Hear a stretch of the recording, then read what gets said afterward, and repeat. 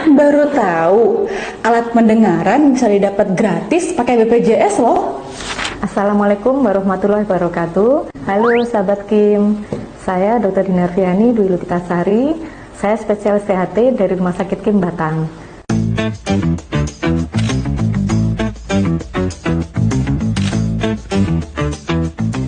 Hari ini kita akan membahas tentang kesehatan telinga, khususnya gangguan yang bisa menyebabkan penurunan pendengaran, serta pentingnya pemeriksaan audiometri.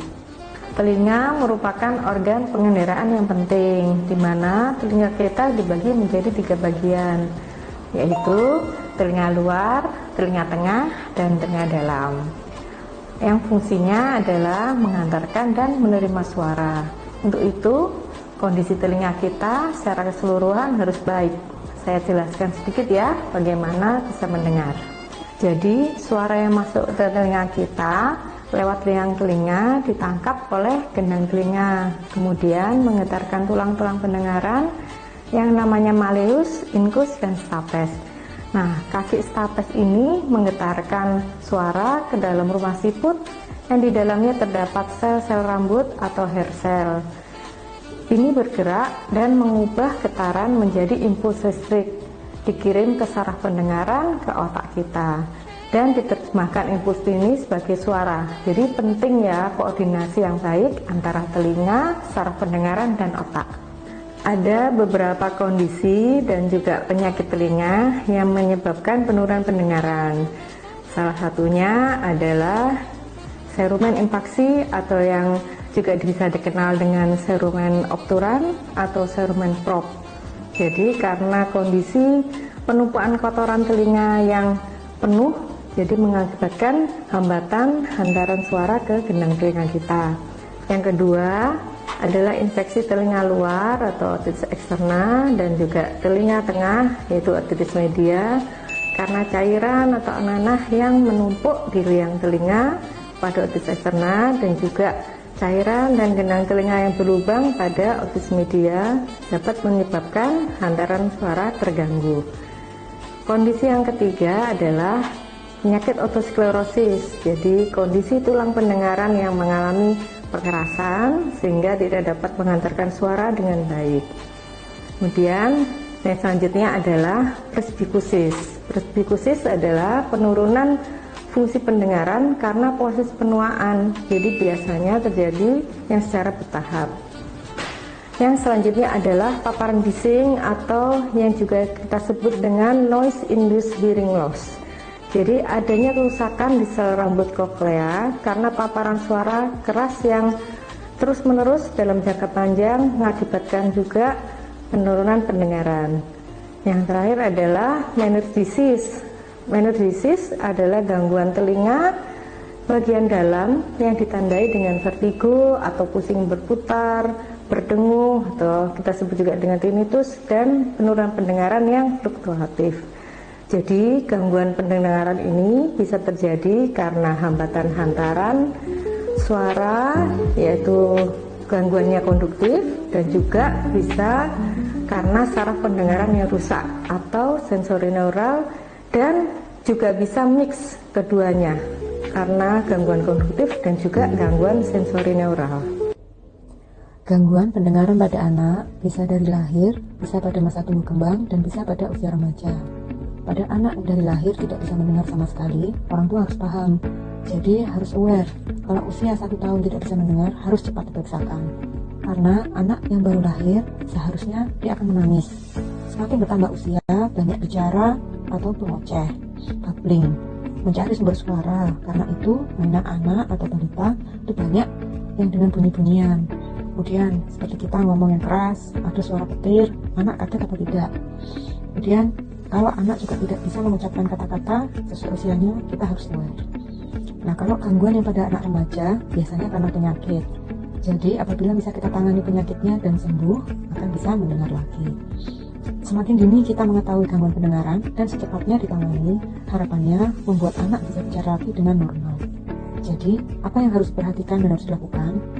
Jadi, kita harus mengecek pada bayi yang umur 1 bulan, 3 bulan, dan 6 bulan. Sedini mungkin kita bisa lakukan screening dengan OAE atau Auto Acoustic Emission, yaitu adalah tes atau prosedur yang cepat, aman, juga tidak menyakitkan untuk mengecek fungsi rumah sakit dengan mengukur respon sel rambut terhadap suara. Jadi alat ini dimasukkan di telinga anak kanan kiri dengan ada semacam namanya probe ya.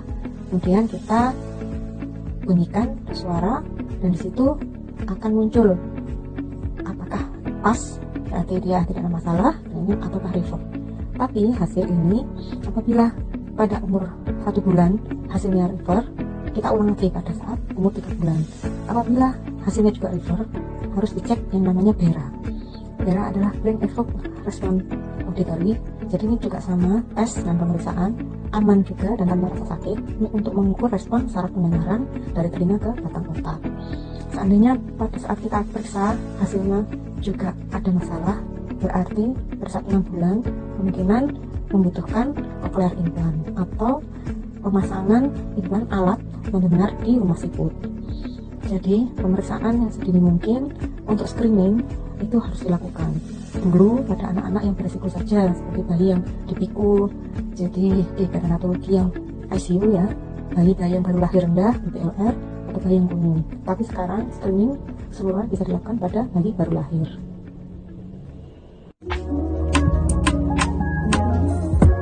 Audiometri itu adalah tes atau pemeriksaan untuk menilai fungsi pendengaran dengan menggunakan berbagai frekuensi dan juga intensitas bunyi yang berbeda-beda.